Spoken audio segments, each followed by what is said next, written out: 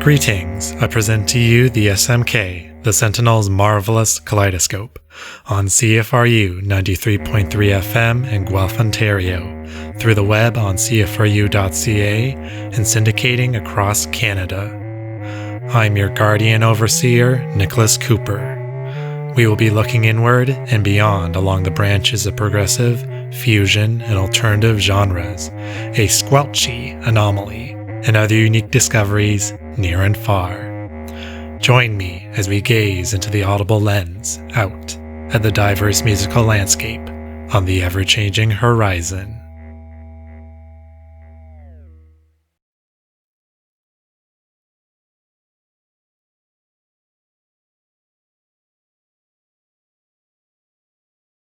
I think I'm officially good. I think I'm officially ready. All right. Welcome, listeners and viewers of the Sentinel's Marvellous Kaleidoscope. Welcome to a brand new, fabulous audience far from the Observational Tower. This feature, we have a wonderful, smashing guest coming through Zoom. Why don't you introduce yourself? Hello. My name is Erin Corbett. How are you? How is everyone? Doing all right. It's I love like this time. At the time of this recording, it's very cool outside, not as hot. I guess we're returning into the heat, I believe, of summer. Yeah. It's like the first cool day in a long time. Well, not a long time, but it was nice to be outside as opposed to just dripping sweat immediately. Yeah, I don't like that feeling. Yeah. In this feature, we have the capability, or you have the capability of performing for us some of your compositions. Yeah, I want to introduce myself slightly better because I botched that. But my name is Erin Corbett. I'm a non-binary experimental electronic musician and digital artist. I perform a lot with like modular synths. It's a lot of like improvised stuff mixed in with original tunes. So I have an album coming out kind of near the end of summer, autumn-ish, probably more likely, on Biblioteca Records. And I'm going to be playing some songs off of that. And at least one older song too, but yeah. Oh, that'll be exciting hearing brand new content. Why do you want to jump in with one or what do you have in store for us in terms of songs? How many do you have planned for us? I got 4 planned. 3 of them are brand new. One of them is from an older album, but I don't think I've ever performed it live. So I'm trying to make use of this whole space I got here because like I'm in a monthly rehearsal space that I rent with some friends, and we got like a big guitar amp, we got like drums and stuff. And normally I don't bring that kind of stuff with me to a show, so I'm gonna be playing some songs on my guitar. Going to be just like doing some electronic stuff. Yeah, should I play a song right now? Yes, that would be very nice and delightful. All right, cool. Give me 1 second.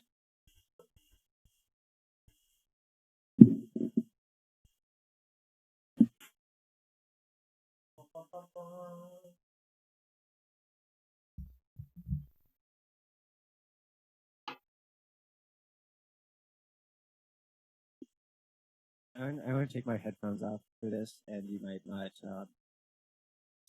I won't be able to hear you directly. Oh, Erin, no, I can't hear you. I couldn't hear you there.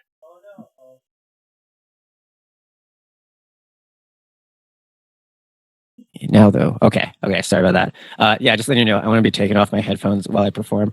And so I won't be able to hear you until I put them back on. All right, sounds good.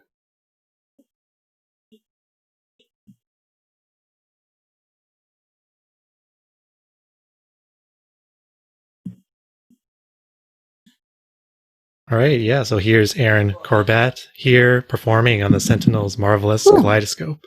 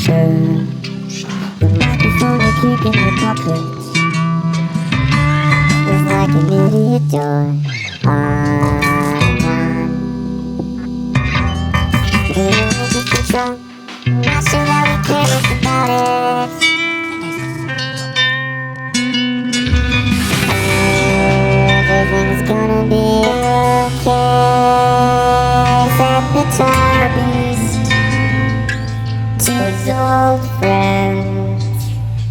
Settle down, light a match, have a smoke without the revolt.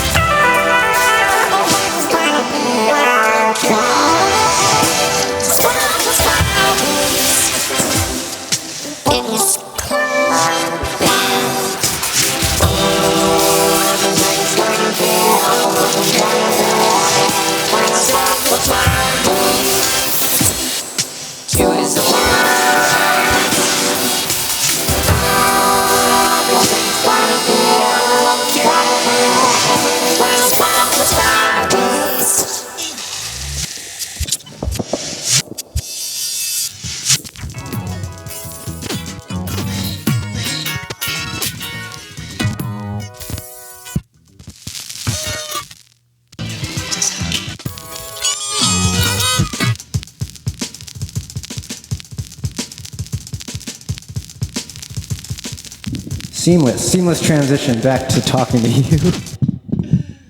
All right.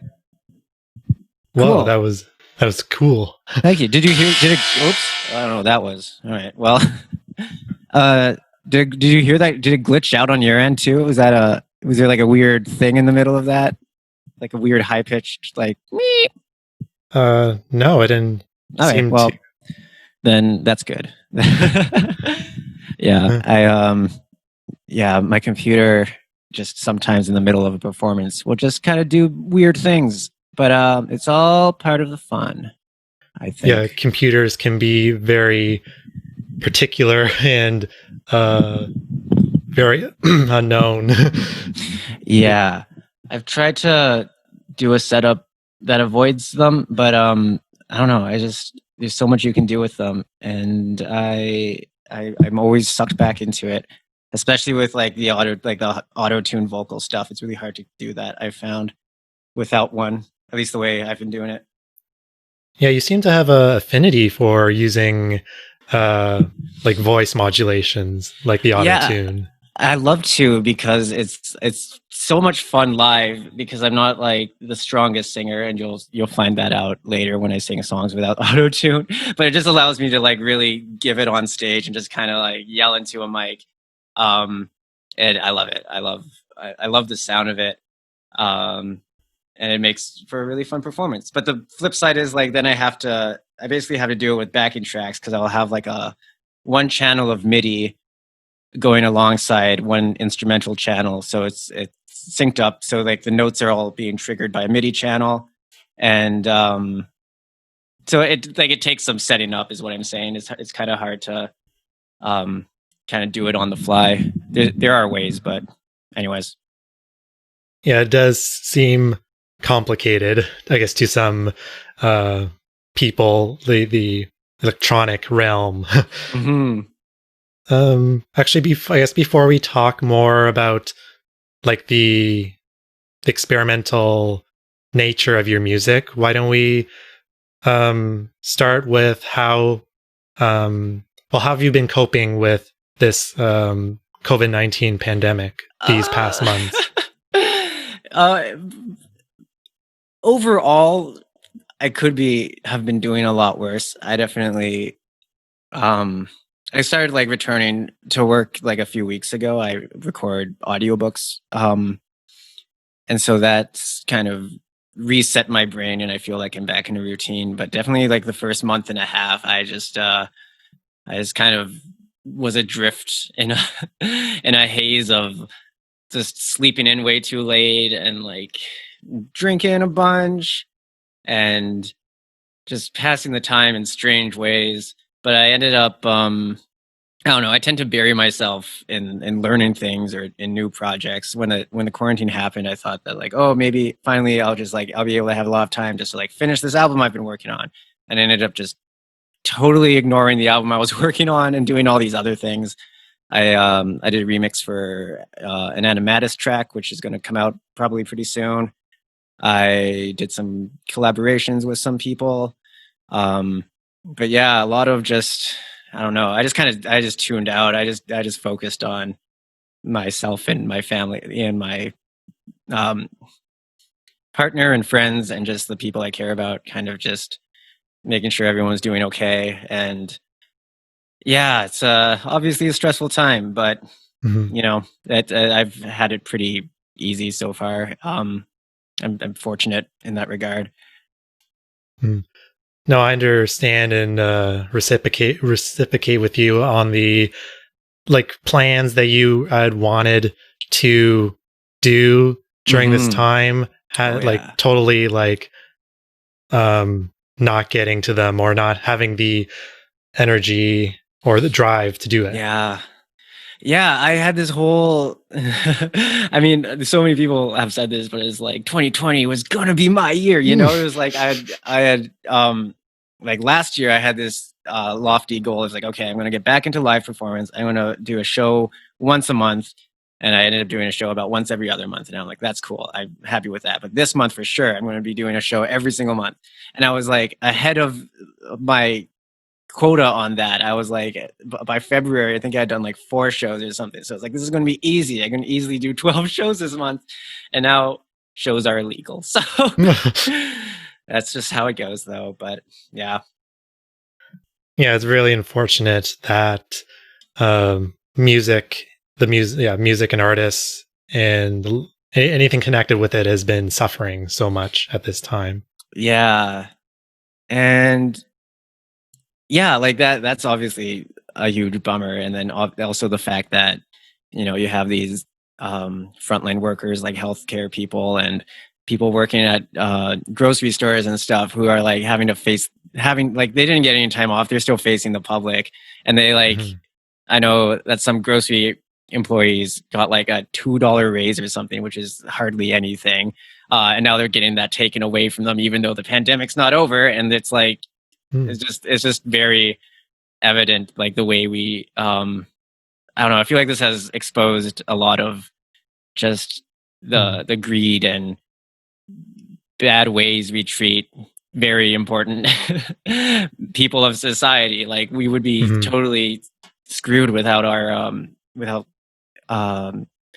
people working at like Loblaws and places like that. And like they get treated so poorly by both their bosses and also customers who go in and they're extremely demanding and expect so much out of them. But so I'm hoping that some serious changes are made to the way we basically the way we structure our society. I'm really hoping that this is a wake-up call and we start making some long overdue changes, because it's been pretty abysmal just the way just the things that this has kind of exposed.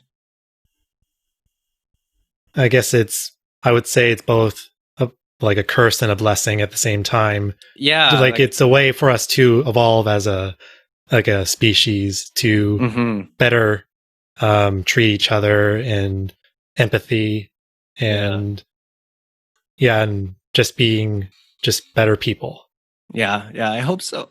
Yeah, that's always the hope. Yeah, I try to be hopeful about it, but yeah. So I guess out of the plans that you were, or out of the things you've been doing the last few months, have you tried anything or pursued anything new? Kind of. Let me think. This isn't new to me per se, but I started putting a lot more time into making video games with the program Unity, which I've been dabbling with for years now. But I recently got this add-on for it called Playmaker, and just without getting too much into the weeds about it, it basically lets you code without learning code. It's all visual based. It's like drag and drop. You can connect little modules. And so I've been learning that workflow and kind of building this game. I've been really pouring a lot of time into it, which I've been excited about, and it's been good because I've always loved like the logic aspect to making video games, like being like, okay, if you hit the space bar, it jumps this a much amount and all that. But it's always been the syntax of coding that has just been a total barrier for me, and I would always get super stuck the second I got anything even remotely going. So this has been a great way to test out new ideas and mess around. So I've been making this. I did a 3D scan of myself. I went into my backyard. I got my partner to take pictures of me in all directions. Oh, okay. I used this open source program called Meshroom, I think it's what it's called, and it just lets you like put in a whole bunch of pictures, and then it will spit out like pictures from different angles of a subject, and it will spit out an approximate model of it. And you can get really good, really detailed models that way. But if you do, if you use like a shitty, oh, sorry, I don't, can I say that? Probably not. I'll bleep out any accidentals, cool. But just be careful, yes. But yeah, if you're using like a bad cell phone camera and like weird lighting, like the result is just this really kind of glitchy, lo-fi mess of a model. So I did one of myself, and then I started building this Soulsborne-esque game, like Dark Souls and Bloodborne, that style of game, where I just roam around with my keyboard, just smashing things, and it's been so much fun. I've really enjoyed doing that and getting like a little bit better at animating and things like that. Just stuff that is pretty time consuming, like animating is incredibly time consuming, and I'm not very good at it, but it's like also very meditative because you're just kind of sitting there like making these finite or minute adjustments as you're going. And it's just been like, I'm a big fan of when I'm like working on a music project or any kind of project and feel like I'm beating my head against the wall with it. I'm a big fan of just taking a break and doing something completely unrelated, just to get my head out of the music world and just try to be creative in another way. And I like learning things, so I've enjoyed doing that. Yeah, learning new, like interesting skills is certainly a way to, I guess, maybe re-energize and revigorate your mind. To eventually get back to some of the other projects. Gets new insight. For sure. And I'm going to end up using a lot of this stuff that I've been working on as visual material for my album anyways. So it all ends up coming together for me anyways. Well, you can make a video game version of your album. I've been thinking about it. Yeah. I don't know, like, yeah, I have thought about that. Maybe not with this album, but an album down the line. I thought it would be cool at one point to do like a video game that, like, the album is the video game, and the soundtrack, is very oh god, what's the word for it?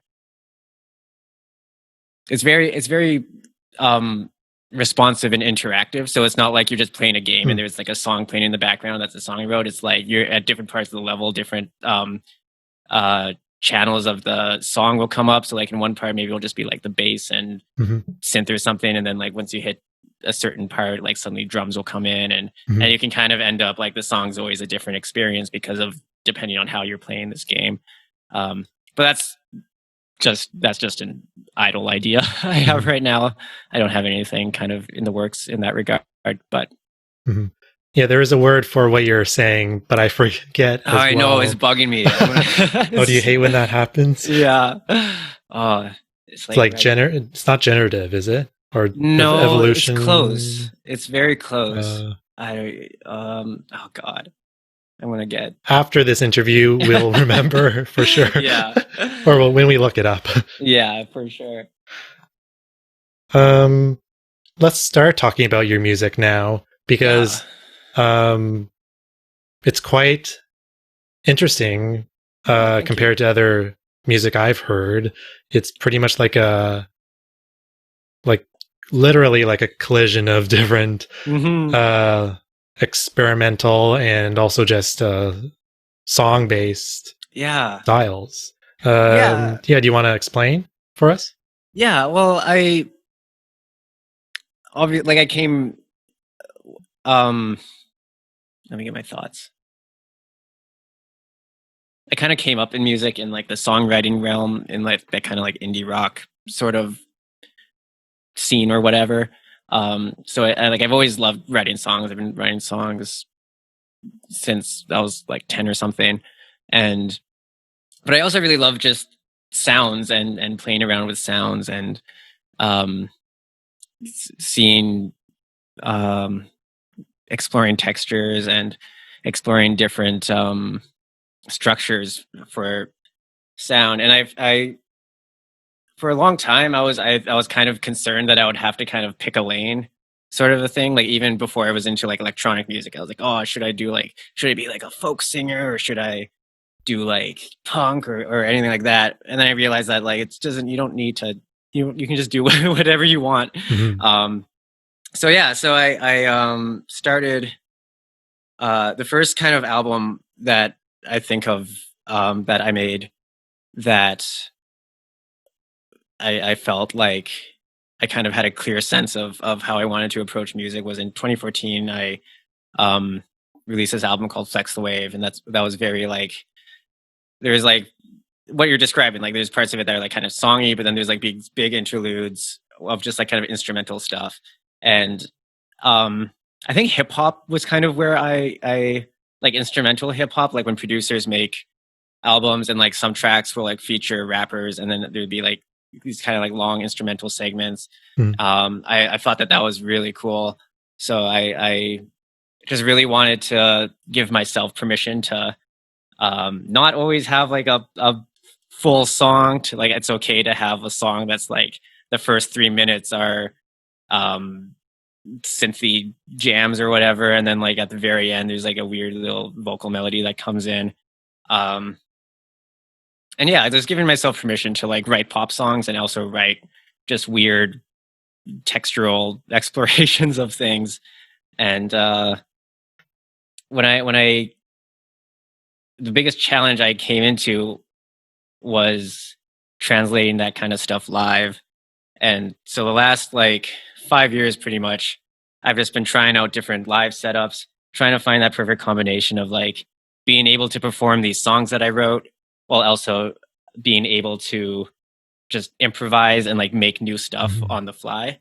And I've finally I finally feel like I've settled into a setup that allows for that allows me to be like in the moment and like create stuff, like improvise pretty much, and also mix in songs that I wrote. And because like the biggest problem I had was like I don't like performing a set that is all just like me singing along to a backup track. Like, no, it's fine if people do that. Like I've seen a ton of concerts where people do that I really loved and enjoyed, but I just found it wasn't my strong suit. So I came up with a setup that, well, I didn't come up with it, but I kind of put together this setup that's like one part of it is modular synths, which is very kind of hard to pin down. Like it's not like I can easily like dial in a sound that I use on an album. It's kind of very like you have control over how it sounds, but it still very much feels like it's got a mind of its own a lot of the time.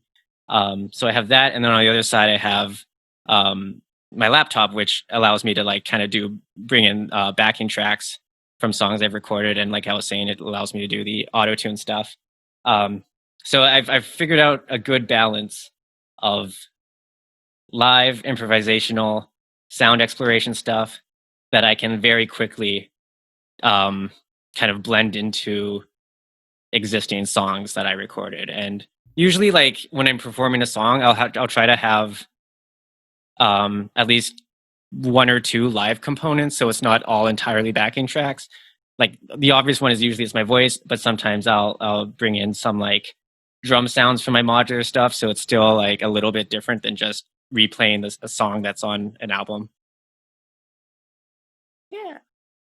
Yeah, like I totally agree that exploratory and improv and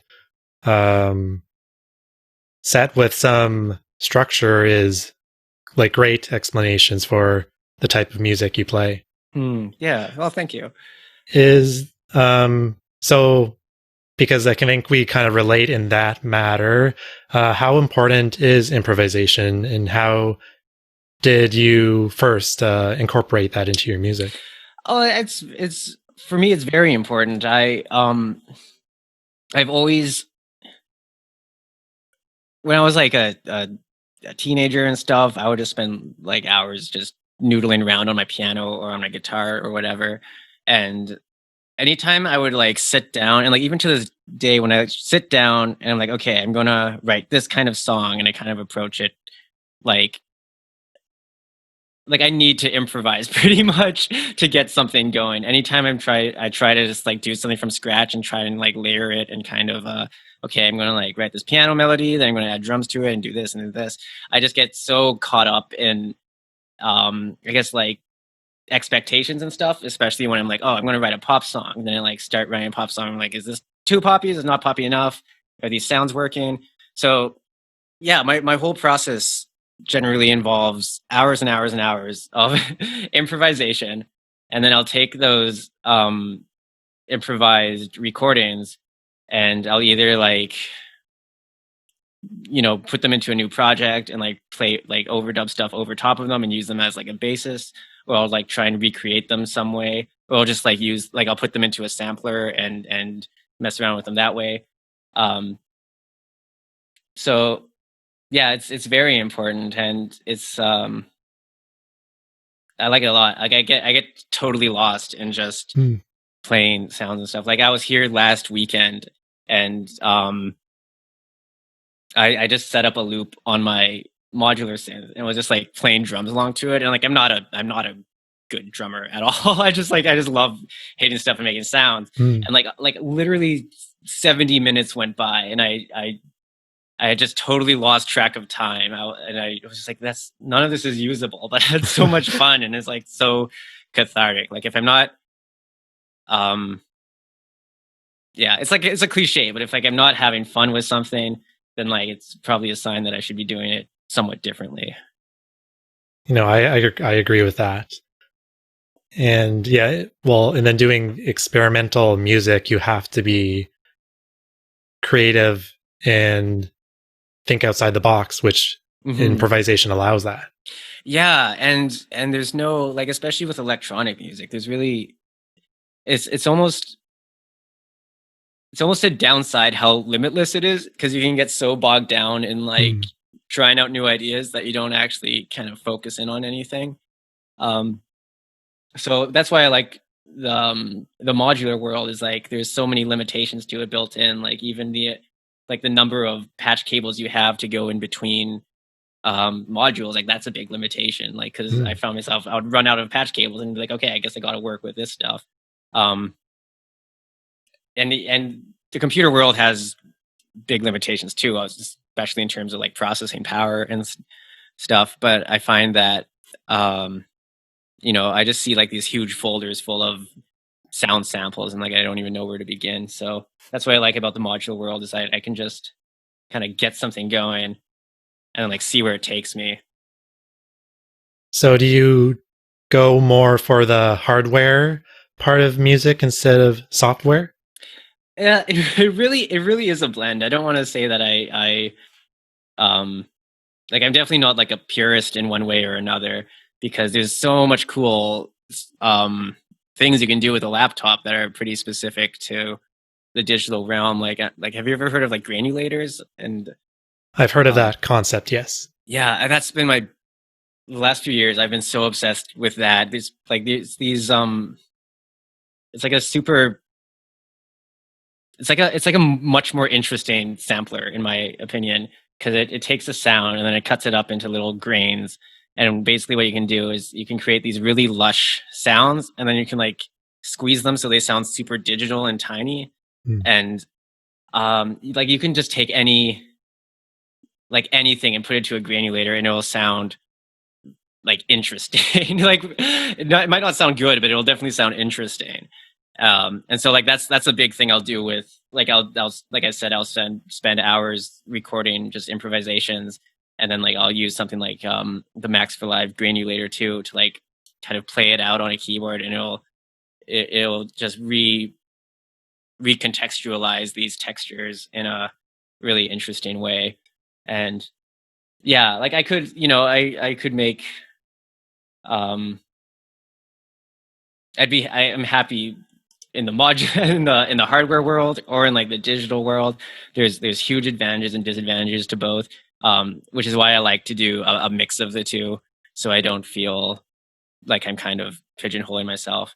And also it's just it's like a safety for when I perform live, because if I'm performing with just my laptop and then like my laptop crashes in the middle of the set, then like everyone's got to wait while I reboot my laptop and stuff. And but I specifically kind of built this setup to be like if my laptop crashes, I could still have like the modular stuff going, and like people might not even notice that the laptop crashed, so I can quickly reboot it, still have stuff going.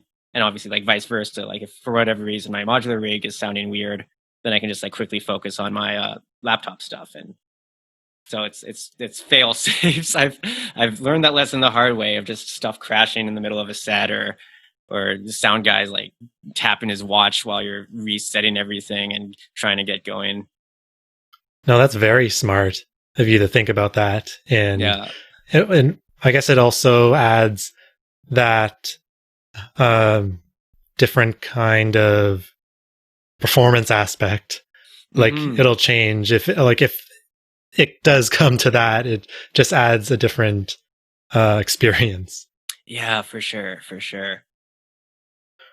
I think, would you like to perform some more for us? Yeah. So actually, what was the first song you played? What's the title? That was called Tar Beasts, and that is coming out on my upcoming album, again out on Biblioteca Records soon. Probably, I don't know, there's no date for it yet, but probably sometime in September or around then. This next song, I'm gonna be doing 2 songs next. The first one's called Radio Coming Down. It's off of this upcoming album, and then the song after that is a song called Body in Gold, which is the final song off of my last album called Terminal Thaw. So let me go get that set up. Excellent. These are fantastic compositions of experimental electronic, and I would highly suggest, actually, like I did listen to the last album, Terminal Thaw, which we'll talk about a bit. That was a great album that I just listened to recently. Thank you. So here's Erin Corbett here on the Sentinel's Marvellous Kaleidoscope. Dear God, with or without all your sound, It's live. This is live. Radio coming down without or with all your sound, with or without all your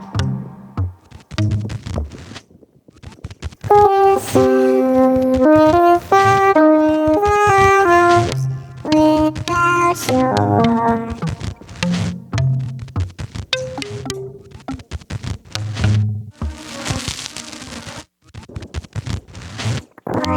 you come again, I'll be elegant. I will stay if you choose. Open your cards and mind again. Saw you enough again. Open your guts, open your stuff and dust from gaping wounds. Cue up the sickness.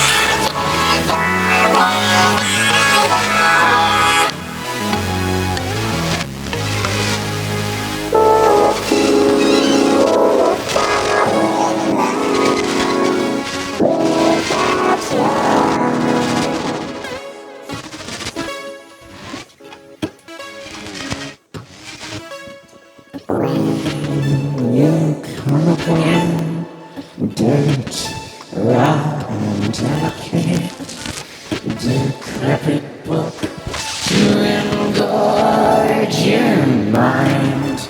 Open your heart and sigh, open your many mouths and cry. Peek, shine, flutter and shatter the sky.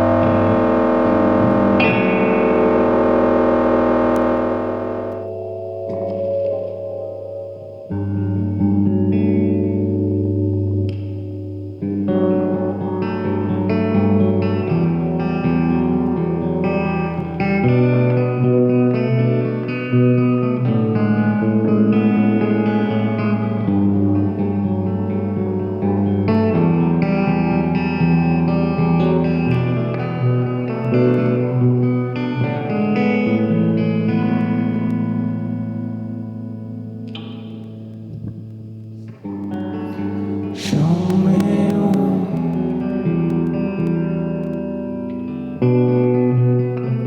check.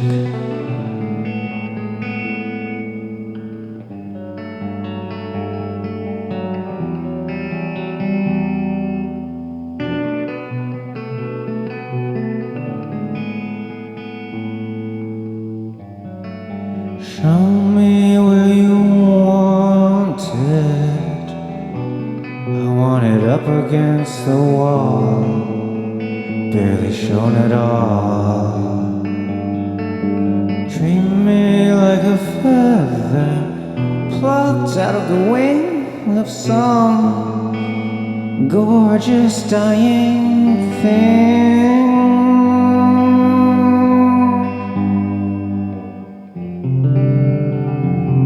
All at once, tell me, did you leave the car lights on? Crumble inside on the way to the edge of all time, dressed in body and gold.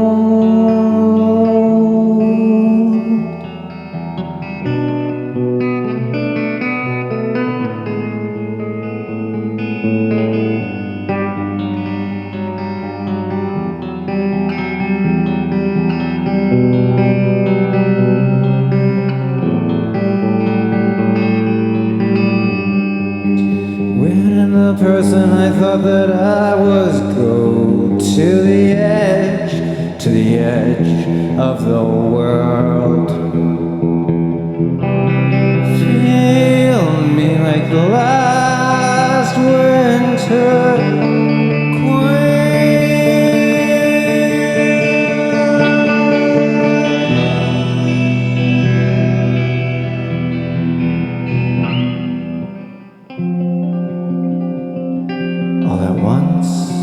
Tell me, did you leave the car lights on? Crumble inside on the way to the edge of all time. All at once, tell me, did you leave the car lights on? Crumble inside to the edge of all time, dressed in body and gold.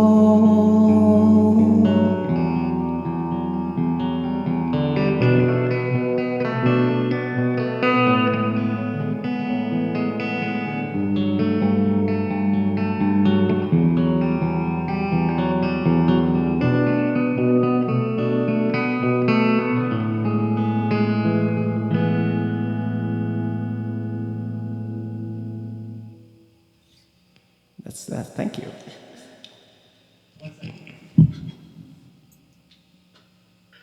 That was Erin Corbett here on the Sentinel's Marvellous Kaleidoscope. Erin, that was... What was that? That was so amazing. I did not expect you to actually jump on the drum kit. Yeah, I made that decision like yesterday that I was going to do that because that part of the song I'm still working out. Hold on, let me get the reverb off my face. All right, here we go. I'm still working out how to do that part of the song live because it's like it's cool on the recording, but it's all like based on samples and stuff.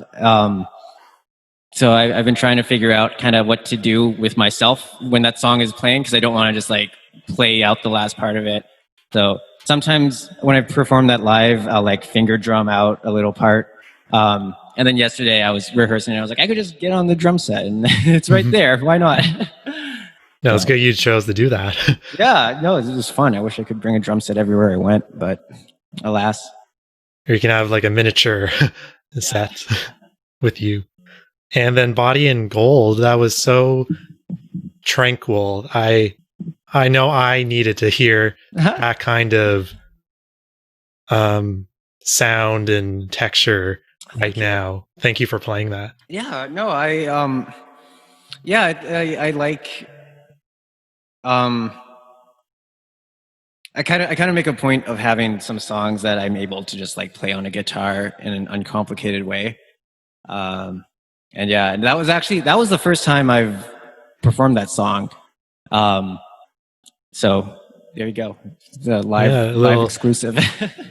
Excellent. Well, I'm glad that you decided to play it for us here. Thank you. So I guess why don't we talk about the album that song came off of? Mm-hmm. That's Terminal Thaw that it came out at the end of 2008, I believe, right? 2018, yeah. Oh, sorry, 2018. Yeah. Time is going so fast. Time is an illusion. It's all good. Yeah, that was that's actually, that album was kind of a palate cleanser of sorts for me, because like what I was talking about earlier, like just trying to create kind of like in the box, like layering stuff bit by bit in a very kind of edit intensive way, which I do often. I was getting very frustrated with that. I was at that point, like by the end of 2018, like around fall, I had like 3 separate distinct albums that, there we go. Okay, no more. I had 3 separate EPs that I had basically started and given up on because I wasn't happy with how they were turning out. I was getting very frustrated. I felt like I was just kind of like guided, like I don't wandering know. Aimlessly. Yeah, it was just I didn't feel super strongly about any of this stuff. Like some of the stuff I had written, like I liked, but I wasn't happy with how the recordings were turning out, and especially, I really wanted to focus on doing live stuff and being a live performer, because like I was in this band, the band fell apart. I was very much missing being on stage and just performing, and that's such a integral part of the process for me. So at this point, I was starting to build up my modular rig. I had only a few sounds in it, and I decided that I would do an album as live as possible. And I did cheat on, I think the first track and the last track were kind of like Body in Gold. That wasn't like a live recording. That was me doing like layering stuff in the DAW. But everything else on that album is pretty much just like me jamming with a very small modular rig and an SP404, which is like a sampler, and an electric guitar I had, and a looper for that guitar. So I wanted to get away from computers as much as possible because I was getting very frustrated, and so that I kind of rushed at the end of 2018 because I really wanted to put out something in 2018. I ended up doing all of these jams in November, again with my modular rig with an SP404, and then I kind of just like pick and chose certain parts of that and then like edited them like in a sequence that kind of made sense to me. And I ended up kind of this theme kind of started showing itself to me of like this, I don't want to say post-apocalyptic, but just this realization that the winters that I remember from my youth of like, snow, cold, like winters are changing for good for the foreseeable future because of climate change and all that. And so it was kind of an exploration of winter settings and winter soundscapes. There's a lot of sounds on there that to me invoked like cars getting stuck on ice and like revving their engines trying to get out, and big gusts of like blizzardy snow storms kind of raging through, and then there's moments on that album too that are more like kind of quiet, sitting cozy by the fire sort of sounds. So it's kind of like a bittersweet homage to the winter season while we still have winters. So the album turned out to be something like a climate advocate or climate addressing. It wasn't so direct. Like there's no songs in there where I'm like, we should abolish the oil companies, which maybe I should be more direct in some ways about stuff like that. But when I'm writing lyrics and that, I tend to keep them both personal and also kind of abstract in a way that I don't know. I'm still working out how to approach the things I care about in my music, because I like to be direct, but I also like very strange imagery, and I like to leave a lot of room for interpretation, but not too much room for interpretation. But the cover of that, actually, which features that guy over there. Yeah. So the idea behind that, on the album cover, it's a 3D render, and then me and my partner built this based off of the 3D render I did.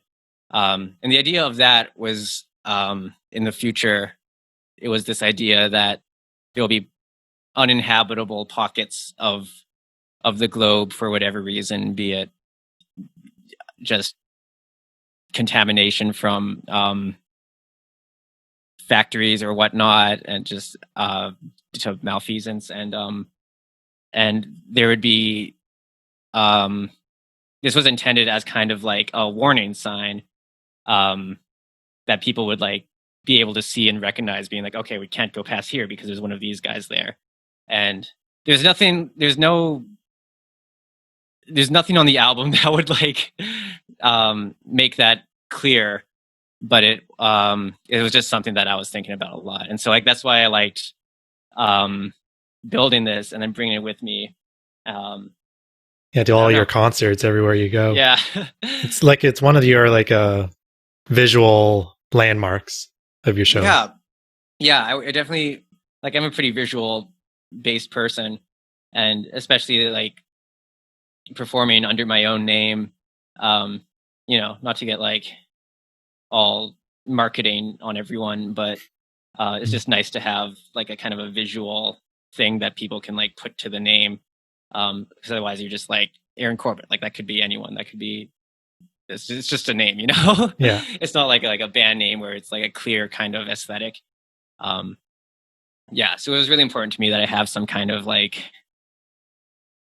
it's a prop, like prop isn't a bad word, but just some kind of visual thing. Or another figure upstage, on stage exactly. with you. Exactly. So you don't feel lonely. Yeah, exactly. Yeah. It took me a while to get used to that feeling of being alone on stage. And now with the whole quarantine thing, like I've done a few live streams and stuff, and it's such a weird thing as a performer, because you're used to like being able to look out and see people looking at you. And when you're doing like a live stream, it can be like, oh, like there's this number of people watching, but you have no idea if they're like actually watching or if they just have like the tab open, and there's no kind of like feedback between you and the audience. So that's been taking some getting used to, for sure. But it's a very peculiar situation that we, like the musicians, have to adapt to for the meantime. Yeah, absolutely. Yeah, the physical or visual exchange with between the artist and audience is missing. And and it's something like I've been trying to get better at engaging with the audience when I'm on stage and stuff, and then I feel like whatever little amount of progress I made has kind of just been like undone by being secluded for this whole time. Mm-hmm. Yeah, it's going to be, I guess, a struggle for all of us trying to interact when we're able to get back and see each other in person. But the plus side is, I like playing for very small groups of people. That can be really fun. Like so like if I'm lucky, there'll be like 30 people at a show. So that's like an easy, It's not like I'm like, oh no, I'm missing out on the 500 people in the theater like watching me. I'm like, we can get 30 people together safely, right? Soon, maybe. I don't know. Yeah, smaller groups have a more maybe like a special aesthetic connection. Like that, I guess those are the most devoted fans. Yeah. Why don't we now go? Are you allowed to talk a little bit about your new album, or I guess especially with the new, like you joined a label as well. You want to talk about Biblioteca Records. Yeah, they're great. I got signed pretty much right as quarantine happened, like the week of. It was like bittersweet. But yeah, they're great. They're based. They have a focus on queer artists and experimental electronic stuff. And I found out about them probably about a year ago, and I was like, these look like a bunch of cool people, and like I knew some of the people who were on that. And Sophie, who runs the whole thing, she was always putting on these Grandma Secret Spices shows, is what she calls them, just these showcases every few months. That's the first time I got to see you perform. Oh yeah, nice. Yeah. And so so I went to one of those and really enjoyed it. And then she just she had a call, like an open call for people who wanted to apply to perform at those.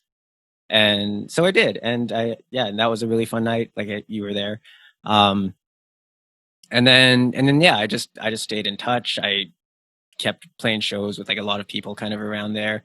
And then it just happened that she was opening the label to more submissions around the time when I had an album that was about ready to come out. So so that's very exciting. I'm very excited about that. I've never released anything on a label. It's always been like self-released. And what I especially love about Biblioteca, I mean, like the roster is great. It's like a lot of like-minded people. So I'm really excited about it. And yeah, it's good to have that support from like is it a newer label? Yeah, it's newer for sure. I think it started 2 years ago, but like I think 2018 was when it started. Yeah, it's just nice knowing that someone has your back in like kind of a formalized way. Yeah, and we're gonna be I'm gonna be pumping out videos soon for the new stuff. What else am I going to be doing? Yeah, I'm just really excited about this album. I've been working on it for like over a year, and I'm so ready to be finished with it. Finally get it out to the audience and all the listeners. Yeah. What's the main difference between this album and Terminal Thaw? What would you say? This one is much less live than the Terminal Thaw. Like Terminal Thaw was kind of like me trying out something different. Like I was specifically trying not to be making the album in a DAW. I was doing it all, like I would perform it, and then like if I wasn't happy with the take, I would perform it again. And like stuff I'd done before that had been pretty like I'm sitting down in Ableton and like moving stuff around and all that. And so this is much closer to how I have worked on music before. So it's very edit intensive. It's very fast and chaotic. There's a lot of very frenetic kind of sounds on it. It's very jittery and highly caffeinated. I try to focus on less on, because what I would do is have like open a song up and there's like beats or whatever, and then there's like a 3-minute kind of ambient middle, and then like it kind of moves on to the next song. I tried to make everything a little bit more concise. I tried to have things not meander so much. I tried to have it more compact. And yeah, there's a lot of warped vocal sounds on there, a lot of strange rhythms. Yeah, I've had this rehearsal space, which is the first time I've had like a sound I can just be as loud in as I want for a long time.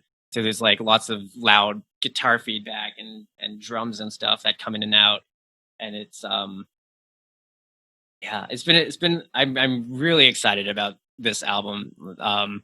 Even though I'm like sick of working on it and hearing it, I feel very strongly about it, and I'm excited for everyone else to hear it. Yeah, it'll be exciting to hear some new work. Is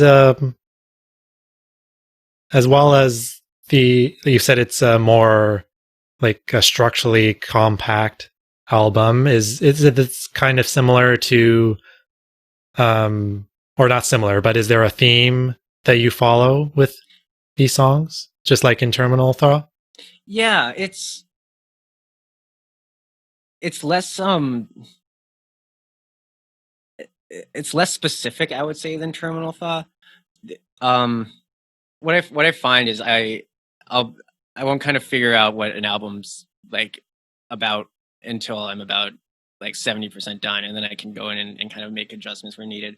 I will say, when I first started writing it, it was kind of like in the top end of last summer. I was doing the food courier stuff on my bicycle. So like that's why it's all very fast and very jittery, because it's like I'm riding my bike and I'm always listening to fast stuff when I'm doing that. And it's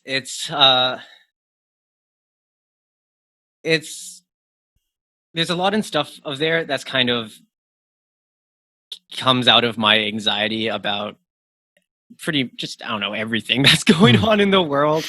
There's a lot about like Tar Beast. There's a lot of lyrics in there about just kind of the paranoia of the social media age, and like not knowing how the information you're putting up is being used, and not knowing like that whole experience of like you'll be talking with your friends about like, oh, I need to buy a new mattress, and then the next day you see like an ad for a mattress, and like not knowing how that happened and stuff like that, and the way that like big corporations will just kind of lie to you and gaslight you and pretend like everything's going okay and like convince you about certain things, and just the daily struggles of, you know, like gig work and the precariousness of that. Like I was involved with the I mean, I wasn't extremely involved, but I was a little bit involved with the drive for Foodora couriers to unionize, and then recently Foodora ended up just like pulling out of the market, but we won the right to unionize, but Foodora is not a thing anymore in Toronto. So it's like stuff like that, kind of these anxieties about like you know, the world is literally on fire. There's all of these horrible people in office all over the world. Doesn't matter where you look, but like at the same time, there's like, you know, like it's okay for me to be, I mean, it's more okay now than ever for me to be like an openly non-binary person. And just the weird paradox. It's not even a paradox. It's just like a weird contrast of in some ways things seem to be going really well, but there's all like these looming kind of disasters on the horizon. So it's a very anxious album. It's very high strung and nervous, I feel, but I like it. It's helping me cope. Yeah, I think a lot of people will relate and connect with this album, because I can tell you I certainly feel anxious with what's going on as well. Yeah, it's tough, but yeah, that's why it's important to, I don't know, do what you can, I guess. Hmm. Do you want to play us your final song? Yeah, so this is yeah, I'll introduce the song and then I'll do the switch. This is the final song on my next album. It's called Sugar Pill. And I actually wrote this one like probably I think 2 years ago now. This one I actually wrote before Terminal Thaw, but I didn't end up finishing it or figuring out like a good recording of it until very recently. Yeah, I wanna switch over and play it. All right. Yeah, sounds good. Yeah, Erin Corbett here playing through this Zoom interview setup here on the Sentinel's Marvellous Kaleidoscope.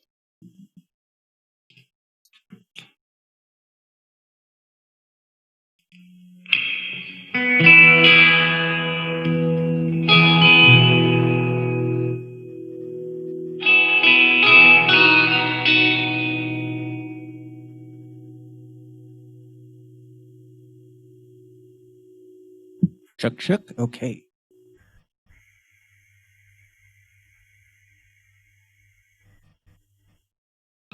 Check. Cool.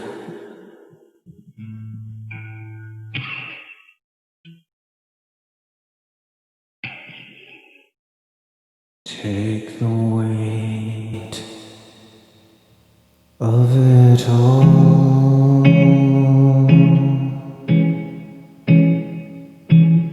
from your shoulders.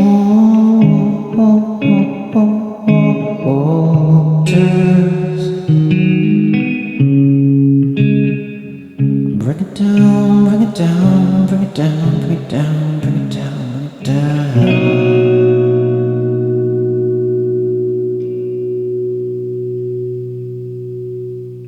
Grow a little older.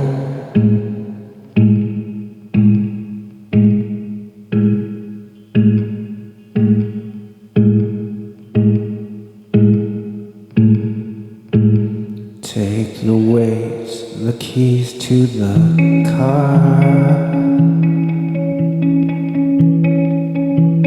Circle round, we'll meet up in the parking lot. I'll call ahead if you're the one who knocks. Circle around, circle around, circle around, circle around, circle around, circle around.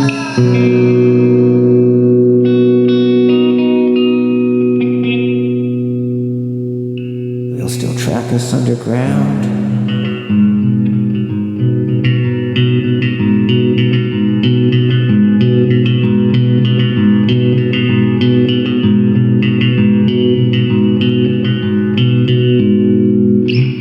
Sugar pill, tell me when you get back, baby. Oh, I don't want to feel so sad for an hour or a minute.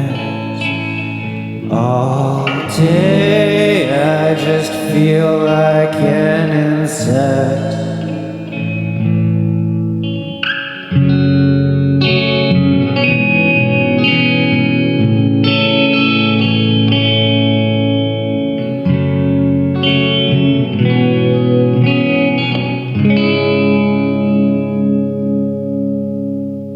Take the weight, the keys, the car, and leave me where you found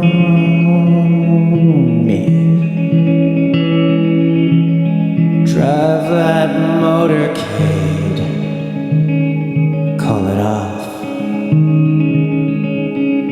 Be prepared to ride it off.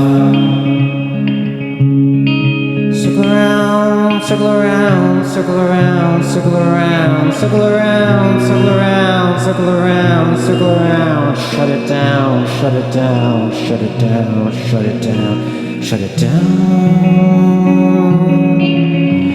Every leaf, every tree, every branch, every leaf, everything that you want, everything that you need. I believe, I believe, I believe, I believe. On the streets and the cops and the God and the police and the things that you want. And God, what you need. I don't leave, I want everything that I need. I believe, I believe.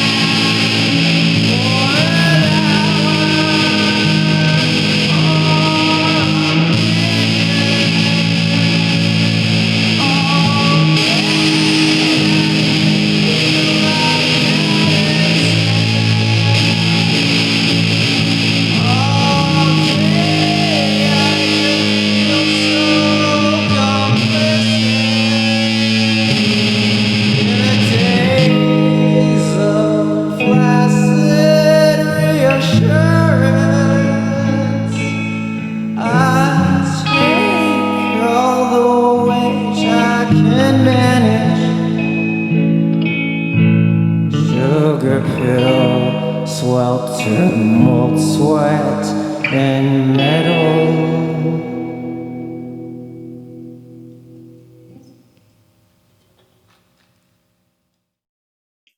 That's the song. Awesome. You have to give yourself more credit for your vocals. That was lovely. Thank you. It's a different kind of texture and style, which I really like it. Oh, thank you so much. Yeah, I wanted to have at least one song that has just the driest vocals that I can get away with. That isn't. I like to juxtapose things. I don't like if it was all. Like it's cool to be all auto-tune, but I really wanted to, just for my own sake, give myself, just let myself just be clear and direct in a song. Have that. Well, show. Like the real you, I guess, or let us hear the real you singing. Yeah, and I'm a big fan of like Lou Reed, and I love his bad vocals that are just directly in your face. I love that kind of stuff. So let's wrap up this amazing gathering we have here. Yeah. You've been kind of saying around approximately where the new album is coming out, or have you even told us what the name of the album is? I do not have a name yet. I think I have a name, but I need to sit with it for a little bit first. But I'm very close to having a name for it. I have like a note document in my phone that's just iterations on the name. So I'm gonna be secretive about that until I'm ready. Well, that's fair enough. Yeah. So to be announced album, I guess late 2020, maybe. Yeah. September I think is ideal. Is my current plan. I wanted to have it out by the summer, but then obviously COVID happened and that kind of changed everyone's plans. But, that's fair. That's good planning or reverting of plans. Mm-hmm. For now, though, how can listeners and viewers and any other form of media that they might be tuning in right now, how can we find you? Best place is Bandcamp. That's Erin Corbett. That's ERINCORBETT.bandcamp.com. I do have stuff on Spotify. It's under the old spelling of my name. That's AARON. It's complicated, but apparently I can't change it unless I like resubmit all the songs. So that's a pain. But so I'm on Spotify and Bandcamp. I also have a Patreon that you can support because I do a lot of like visual art and things too. So I think just patreon.com/Erin Corbett. I think you'll find me there. And yeah, I'm on Instagram. I post on Instagram a lot at Erin Corbett Music. That's the best way to kind of keep up with what I'm doing. That's where I'm the most active, I guess. I have a Facebook page too, but I don't really use it ever. And yeah. Thank you so much for having me. This was fun. This was good. It feels nice to play these songs. Yeah, I've been so like in the weeds of recording that I really haven't had a chance to just like perform stuff. So it was so good. Thank you so much. I'm glad that I was able to give you this platform to stretch those performance muscles. Mm-hmm. Just one more question, Erin. Yeah. What would, for us, your words of wisdom be? Oh my God. Oh no, I'm not wise. Just take care of yourself and the people you love, and be nice and good, and stand up for yourself. Stand up for people who need who don't have as much of a voice as you might have. Listen to people who don't have as much of a voice as you have. And abolish the police. That's my words of wisdom.